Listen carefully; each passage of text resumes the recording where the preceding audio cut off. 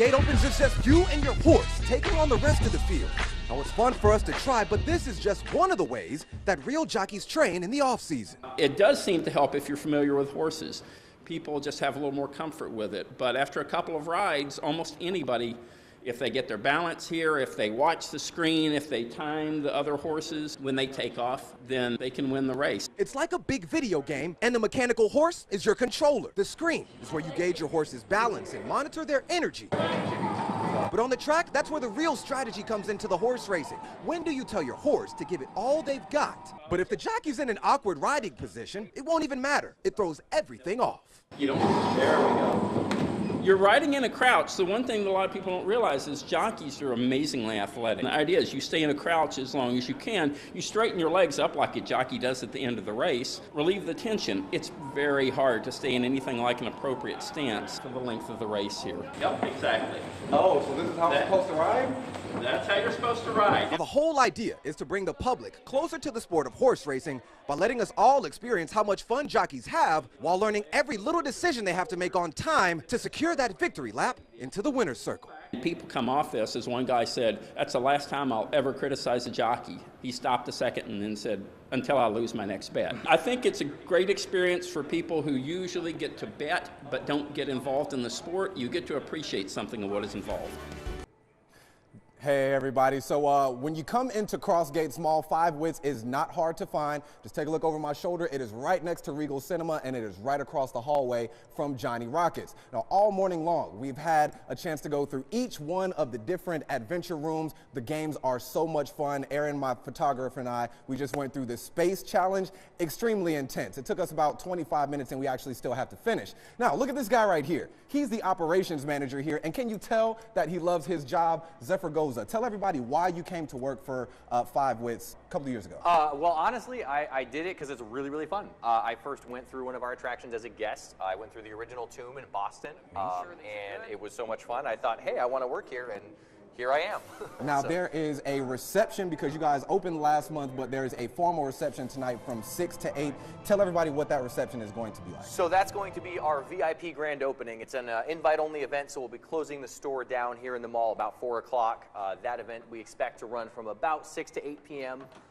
There's going to be speeches, there's going to be a ribbon cutting ceremony. It's going to be a very kind of black tie formal event, so Gotcha. We're really excited to have it. Now, as far as Five Wits goes, it seems like this is the future of gaming, virtual reality, physical interaction. So what would be your sentiments to somebody watching? You know, maybe they don't want to give it a try. Why would you tell them to come to Five Wits? I would tell them to come to Five Wits because it is completely unlike anything else you've ever done. It's all real, it's all hands-on.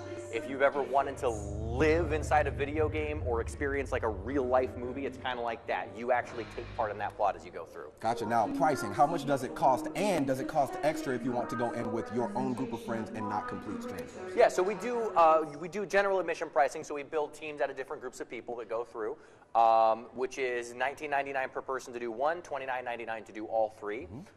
If you want to do it with just your group, we do offer that as an option. It's an additional $8.99 per person to do that. Gotcha.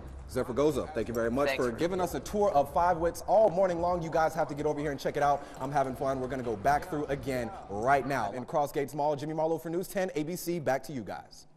Sure. Oh, man. Great view. Man, you can see the whole track from up here. Everybody should see this. From the roof of the clubhouse, there's a vantage point like none other. You can really appreciate all of the hard work that goes into everything going on simultaneously at the track. Part of the legacy, it's staying up to date with an all-new roof on the Mutual building, which has a shiny new copper finish to go along with new shingles and new wooden supports underneath. But there are so many small things that have been at the track since it was built. And some of these works of art you just wouldn't see unless you were told to look for them. Oh, no, I was trying to look for some of the stuff that's in this article, and, oh, look, right here, right here. Red horses carved into the wood, right there, been there forever. There are 9 horse heads that are carved into wood. Biggest day. I've never noticed them until today. And the same goes for all of the metalwork that must have taken hours, piece by piece, to finish decades ago. You can find fountains, horses grazing, and of course horses racing in color, as some of this historic metalwork has been recently refinished to lengthen their lifespan. The more you know, the more you can appreciate.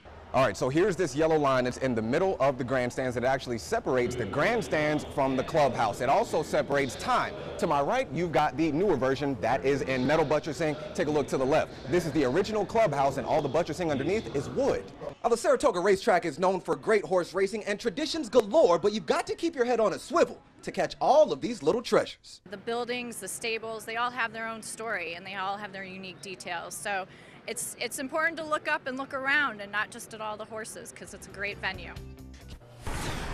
The ice cream challenge has kicked off, and the first stop is Lickety Split in East Greenbush. The question is, how much ice cream can I eat this morning? It's delicious, but it does melt, so I always recommend, if you have small children, get a dish.